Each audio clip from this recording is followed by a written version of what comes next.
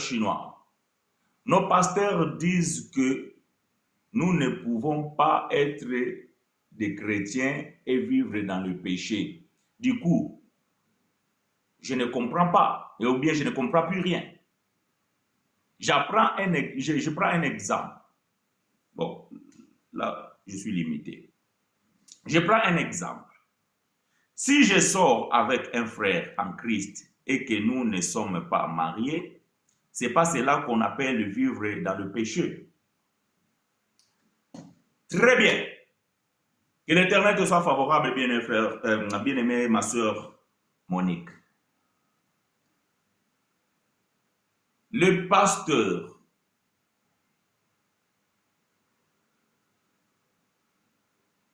dit que être chrétien ou un chrétien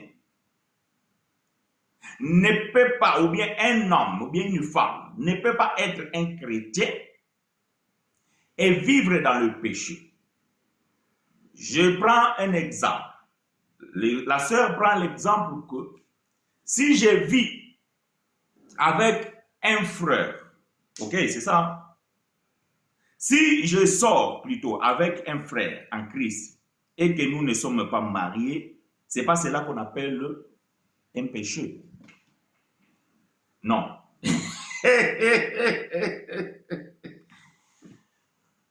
Non. C'est pas ça qu'on appelle un péché. Déjà dans la définition, péché, c'est la transgression de la loi. Ok, c'est la transgression de la loi. C'est ce qu'on appelle un péché. Le problème de vivre ensemble, bien-aimés frères et sœurs, j'ouvre une parenthèse, donc, parce que c'est une question, et si on ne finit pas ce que nous sommes en train de dire, dimanche prochain, nous allons continuer. Ne vous en faites pas. Donc, répondons aux questions.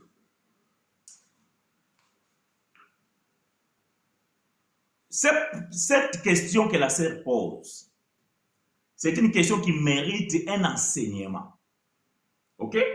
C'est une question qui mérite un enseignement. Si Dieu le veut, nous allons y revenir pour que nous puissions poser un enseignement. Pour que nous puissions parler sur ce fondement qu'on appelle le mariage, selon la Bible. Pas selon vos coutumes, pas selon la religion, mais selon la Bible. Mais puisqu'il y a une question que nous devons répondre ici, c'est que les pasteurs aujourd'hui ont une confusion totale à ce qui concerne ce point. Le mariage, bien-aimé, ce n'est pas une affaire de l'Église. Voilà pourquoi même les apôtres, ils en parlent peu. C'est lui qui a essayé de parler de ces choses, c'est le frère bien-aimé, frère Paul. Mais vraiment, les apôtres, ils en parlent peu. Le mariage, ce n'est pas une affaire de l'Église. Non. Le mariage, c'est une affaire familiale. Le mariage, c'est une affaire de deux personnes. Ok? C'est une affaire de deux personnes. Donc, si quelqu'un dit que si quelqu'un sort avec une sœur, ils vivent ensemble sans être mariés, c'est un péché. Pourquoi alors dire sans être marié? Qu'est-ce que cela veut dire sans être marié? Ah, parce que le mariage, c'est la dot familiale. Parce que le mariage, c'est aller à la mairie voir les autorités. Parce que le mariage, c'est aller à l'église, être consacré ou bien béni par le pasteur. Voilà comment l'homme définit le mariage. J'ai bien dit, l'homme définit le mariage.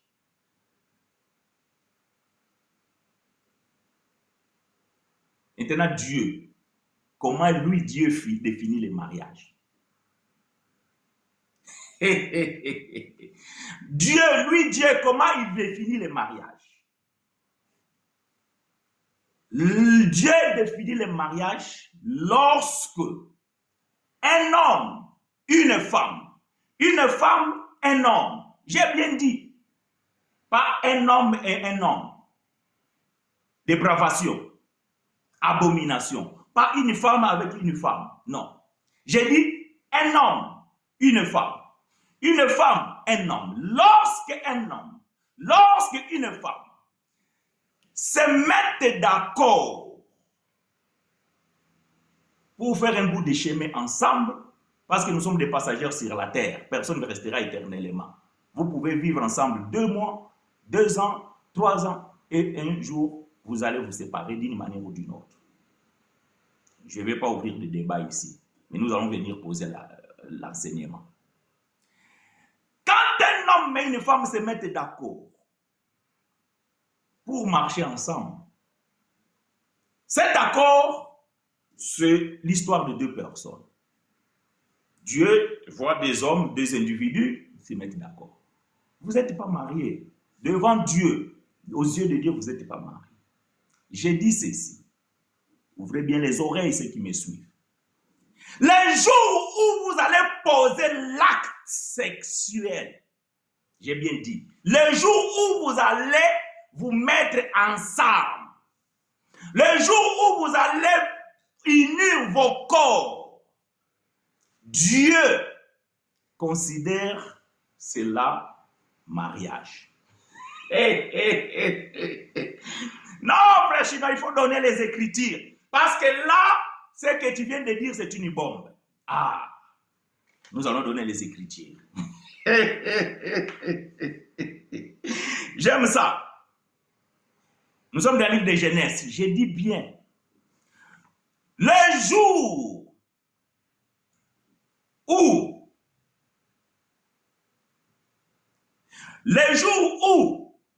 toi, l'homme, elle, la femme, le jour où toi, la femme, lui, l'homme, vous décidez de coucher ensemble, aux yeux de Dieu, vous venez d'unir un mariage. Ah, nous sommes dans le livre de Genèse.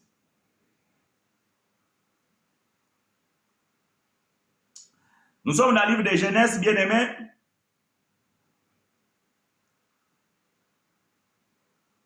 Au chapitre 2. Genèse chapitre 2. Suivez attentivement, on répond à une question. Ce n'est pas notre enseignement. Parce que quelqu'un va dire, mais frère, il a mis un thème là, il nous parle d'autre chose. Ici, on répond des questions. Donc, si on peut court-circuiter l'enseignement, parce que nous mettons toujours point virgule, et dimanche prochain, donc, nous venons, et aussi, nous allons faire la continuité de ce que nous sommes en train de faire. Mais quand il y a une question, nous devons répondre à la question. Cette question nécessite un enseignement, comme j'ai dit. Mais je réponds à la question. Genèse chapitre 2, verset 24. Genèse chapitre 2, verset 24. Je lis pour vous et avec vous. C'est pourquoi l'homme quittera son père et sa mère et s'attachera à sa femme et ils deviendront une seule chair. Je répète, c'est pourquoi l'homme quittera son père et sa mère et s'attachera. Le verbe s'attacher ici, on peut l'interpréter s'accoupler. On peut l'interpréter s'unir. On peut l'interpréter coucher ensemble. Donc, tous ceux qui ont eu plusieurs relations avant de trouver la bonne nouvelle sont des polygames devant Dieu. Eh bien oui, j'ai déjà affirmé ces choses. Voilà pourquoi l'importance de la grâce. Donc, sans la grâce, bien aimé, beaucoup parmi les frères, nous sommes des polygames et beaucoup parmi les sœurs sont des prostituées. Voilà pourquoi l'importance d'être dans la grâce, enraciné dans la parole et avoir Christ en toi. C'est là où tu es renouvelé, parce que tu deviens une nouvelle créature. Les choses anciennes sont passées, toutes choses sont devenues nouvelles.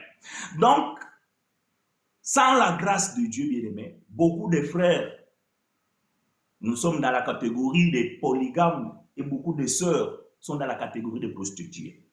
C'est pourquoi l'homme quittera son père et sa mère, s'attachera. C'est ça, le mariage. S'attachera. Quand vous vous attachez ici, ne cherchez pas à comprendre qu'est-ce que la Bible veut dire. S'attacher ici, c'est s'accoupler. C'est avoir une relation sexuelle. C'est ça, s'attacher. Maintenant, écoutez Paul. Parce que c'est Paul qui m'a appris ce que je suis en train de dire. Je sais que les pasteurs, s'ils me suivent, ils vont me dire que j'ai des démons dans la tête. Mais si moi j'ai des démons dans la tête, c'est que Paul aussi avait des démons dans la tête. Parce que je suis le fruit de frère Paul. Parce que je suis enseigné par lui. C'est parce que je suis le chemin tracé par lui. Et c'est là où je comprends la Bible. Et ce que je suis en train de dire, je l'ai appris avec frère Paul. Frère Paul dit ceci. 1 Corinthiens chapitre 6. 1 Corinthiens chapitre 6. Vous allez pouvoir comprendre que Genèse chapitre 2 verset 24. 1 Corinthiens chapitre 6. Verset 16. 1 Corinthiens chapitre 6 verset 16. Je lis pour vous et avec vous. Écrivez-moi ces versets. Notez bien ces choses. Mettez ça, bien aimé, dans vos carnets. Mais nous allons y revenir. Nous allons poser un enseignement sur ça. Parce que, bien aimé, beaucoup des hommes, beaucoup de femmes souffrent à cause des faux enseignements donnés par des pasteurs dont eux-mêmes ne peuvent pas observer. Parce qu'on vous amène dans la loi pour vous faire comprendre que la loi dit ceci, la Bible dit ceci. Bien aimé, ce que la Bible dit n'est pas toujours valable pour tous.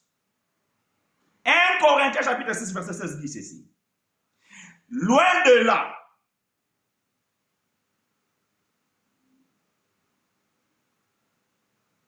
ne savez-vous pas que celui qui s'attache, le verbe attacher. Genèse chapitre 2 verset 24. Ils s'attacheront. C'est pourquoi l'homme quittera son père et sa mère. Il s'attachera à sa femme. Le verbe attacher, là, je vous ai dit que c'est l'acte. C'est l'accouplement. Et Paul, il dit, loin de là, ne savez-vous pas que celui qui s'attache à la prostituée, quand il t'attache à la prostituée, ça veut dire quoi? C'est lui qui couche avec une prostituée. C'est lui qui a une relation intime avec une prostituée. Voyez comment on interprète le verbe s'attacher? C'est lui qui s'attache à une prostituée. C'est lui qui s'accouple à une prostituée. Oui, frère Paul. Cela veut dire quoi alors?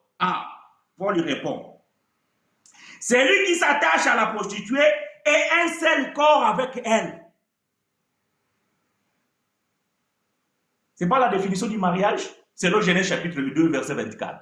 Je parle ici de la définition de Dieu. Je ne parle pas de la définition des hommes. La définition des hommes, le mariage, c'est la dot, c'est la mairie et c'est l'église. Dieu, en définissant le mariage, il dit le mariage, c'est lorsque une femme et un homme s'attachent. Vous pouvez vivre sous un toit avec une sœur et en colocation. Tant qu'il n'y a pas l'attachement entre toi et elle, entre toi et lui, vous êtes des colocataires. Vous cohabitez ensemble. Vous sortez dans la même porte, les gens peut-être dans le quartier, ils voient que vous sortez dans la même maison et ils se font des idées que peut-être c'est un couple. Mais vous, vous savez que non, nous ne sommes pas attachés. Et là, sa vie, moi aussi, j'ai ma vie, c'est tout simplement, on est des cohabitants. Mais le jour où vous allez décider que, bon, ça fait longtemps qu'on cohabite ensemble, toi tu es un homme et moi je suis une femme, est-ce que le jour où vous allez faire là, Dieu, c'est ce que Paul apprend ici. Paul dit, je vais revenir à Alberto, je vais lire. Paul dit que, ne savez-vous pas, celui qui s'attache à la prostituée est un seul chair avec elle. Car, je répète en français, car, c'est l'explication de ce qui vient de suivre. Car, est-il dit, le deux deviendront une seule chair. Où est-ce que Paul a puisé ça? Genèse chapitre 2, verset 24. Est-ce que c'est pas là où Paul est allé chercher ça? Oui. Et dans Genèse chapitre 2, qu'est-ce qu'il nous dit? Dieu définit les mariages.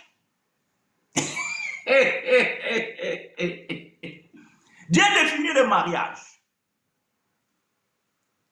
Vu que nous sommes l'Église, comment sommes-nous attachés avec Dieu?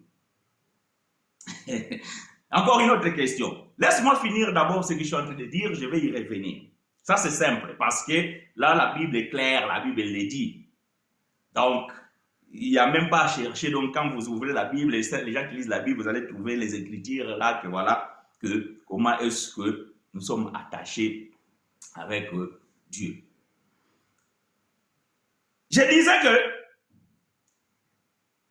ma sœur Monique,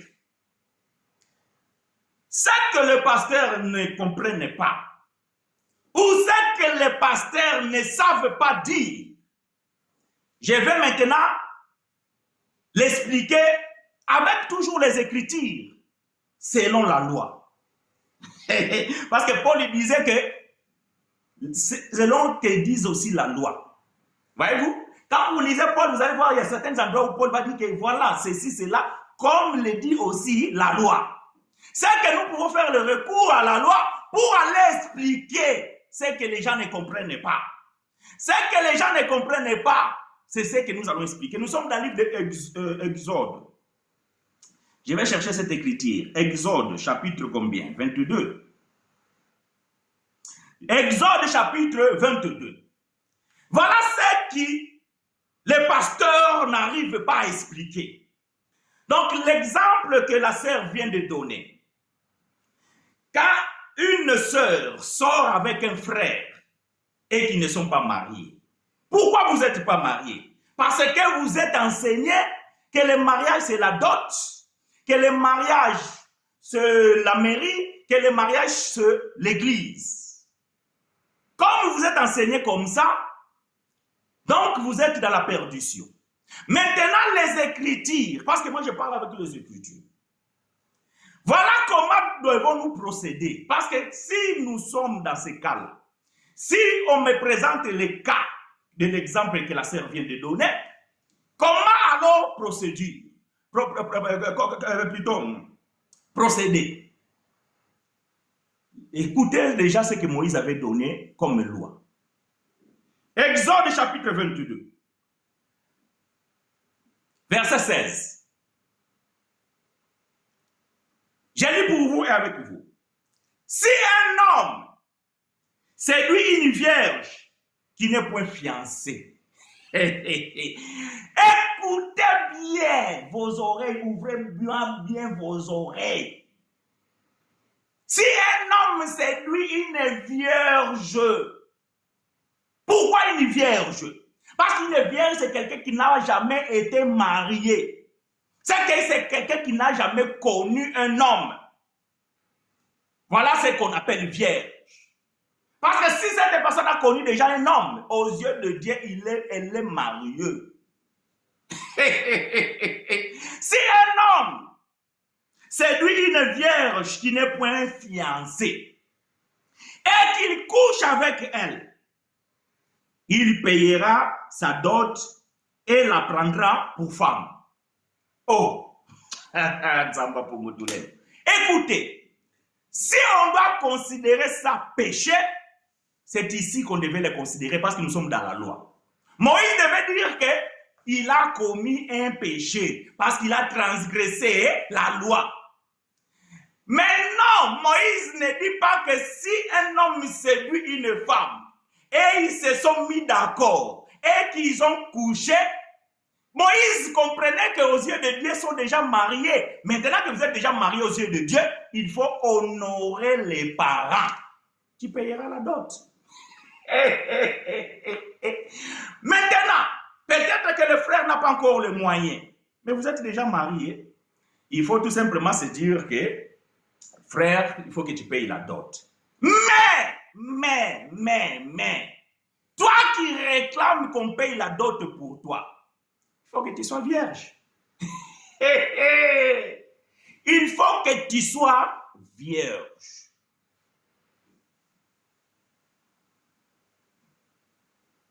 Est-ce que quelqu'un me reçoit? Il faut que tu sois vierge. Si tu n'es pas vierge, c'est que tu as déjà connu un homme. C'est cet homme-là qui doit payer ta dot. Ah oui, je parle avec les Écritures. Mais vous devez comprendre une chose. Voyez-vous, ça, c'est une loi, c'est une parole que Moïse avait donnée à Israël. Aujourd'hui, nous nous marions selon les coutumes de nos pays, de nos tribus, de nos villages.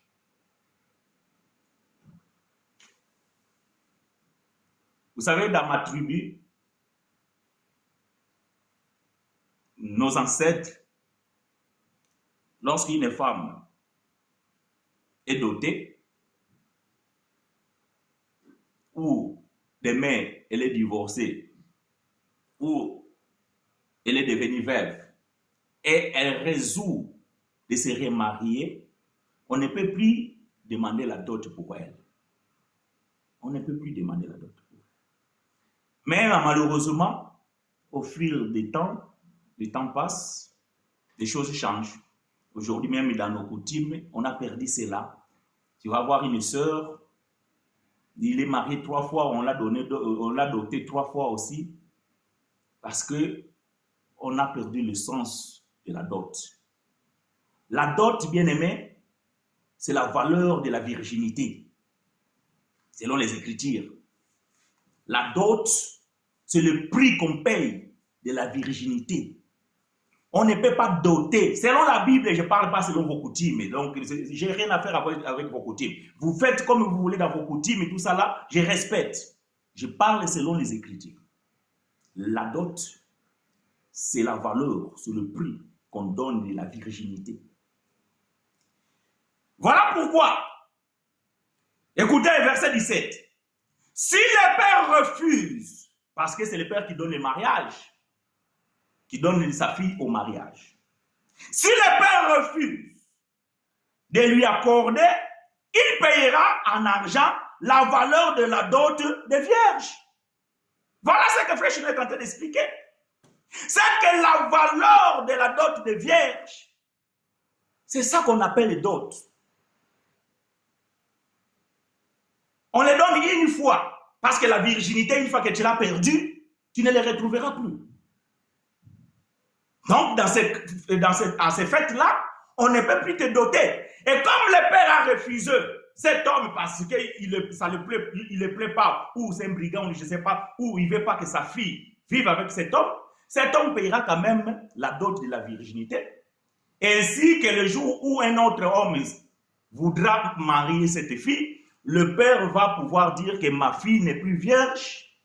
Si tu consens vivre avec elle, je te le donne. Parce que j'ai déjà eu la valeur de la dot de sa virginité. Et tu prends ta femme gratuite. Non, mais frère Chino, toi tu dis des choses vraiment là très compliquées. Point virgule. À suivre. Bon.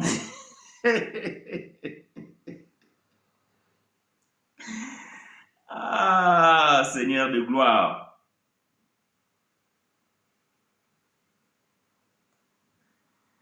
Frère Alberto a posé une question, je vais répondre rapidement. Je vais répondre rapidement parce que je dois mettre point virgule. Nous allons continuer dimanche prochain. Je suis dans, dans le livre des Colossiens. Attends, je vais chercher rapidement l'écriture. Je vais répondre à frère Alberto.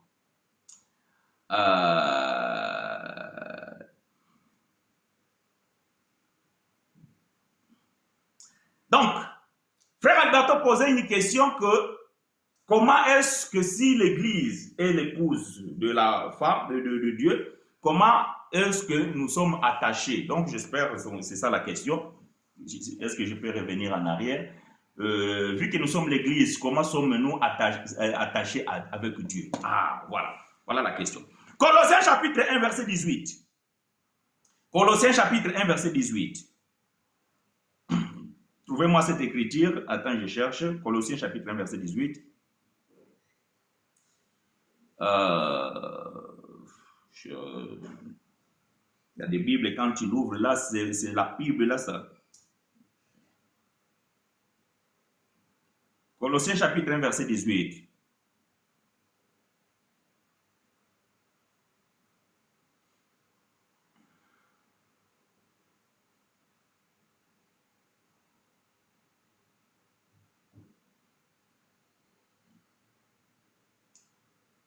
Je vais lire pour vous et avec vous.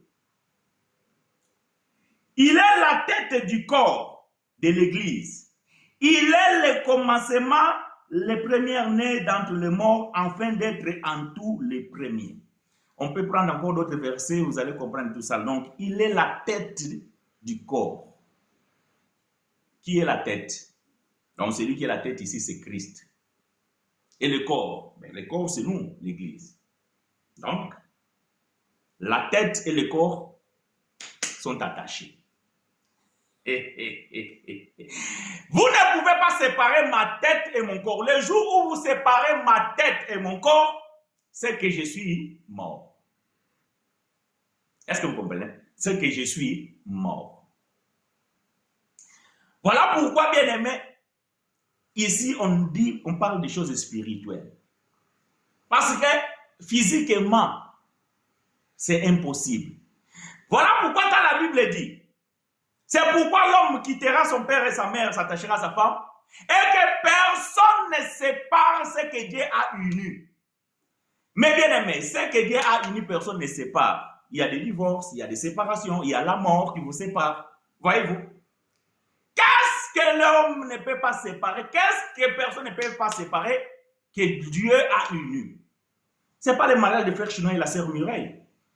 Moi et elle, un jour, nous allons nous séparer par la mort, bien sûr, et je l'espère. Mais nous allons nous séparer. Mon corps sera enterré, je ne sais pas où. Elle aussi, je ne sais pas où. Bon, vous avez un caveau familial. Bien que vous allez mettre vos corbillards, vos cercueils, je ne sais pas, dans un caveau, peut-être que chacun a son tour.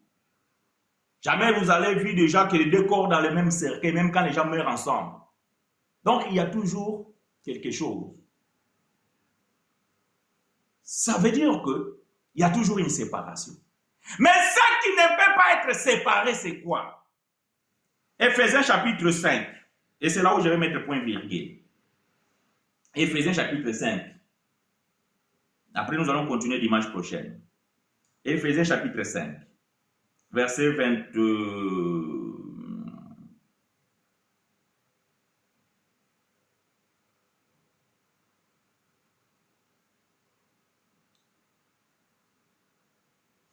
Nous allons commencer par le verset 25 jusqu'au verset 32. Je vais lire rapide parce que je ne donne pas beaucoup d'explications, c'est juste dont je réponds à la question. Donc ça, ce n'est pas l'enseignement, c'est une parenthèse, c'est les questions qui ont été posées. Donc dimanche prochain, nous allons revenir à notre thème, les pasteurs et les fidèles hybrides. Donc la question a été posée, nous avons ouvert la parenthèse et nous allons fermer avec un point virgule. Donc, frère Alberto, il a s'y renchéri pour pouvoir comprendre ces choses. Je lis pour vous et avec vous.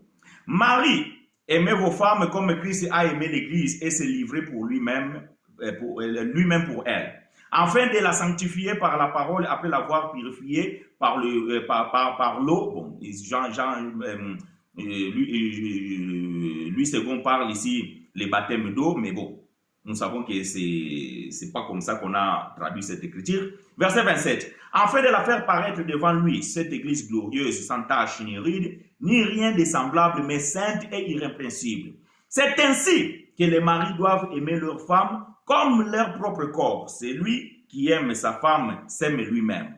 Car jamais personne n'a haï sa propre chair, mais il la nourrit et il en prend soin, comme Christ le fait pour l'Église. Parce que nous sommes membres de son corps. Donc, lui, il est la tête.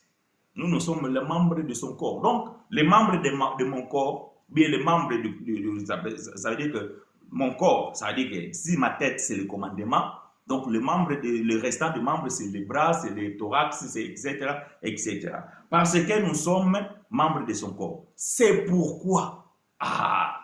Voilà comment Paul va définir la chose. C'est pourquoi l'homme quittera son père. On parle ici de Jésus et son Église. Donc Paul donne la révélation que cette écriture-là que nous lisons dans la Genèse, avant de l'appliquer par les hommes, nous devons puiser l'exemple à Jésus et l'Église. Parce que cette écriture était réservée vraiment pour Jésus et l'Église. L'homme était l'ombre. Adam et Ève étaient de l'ombre, de l'Église et Christ. Voilà pourquoi Paul dit, c'est pourquoi l'homme quittera son père et sa femme et s'attachera à sa femme. Donc comme la tête et le corps s'attachent, donc l'homme aussi devait s'attacher pour devenir un. Donc Paul dit, c'est pourquoi l'homme quittera son père et sa mère et s'attachera à sa femme et les deux deviendront une seule chair. C'est mystère. Verset 32. C'est mystère. Quel mystère!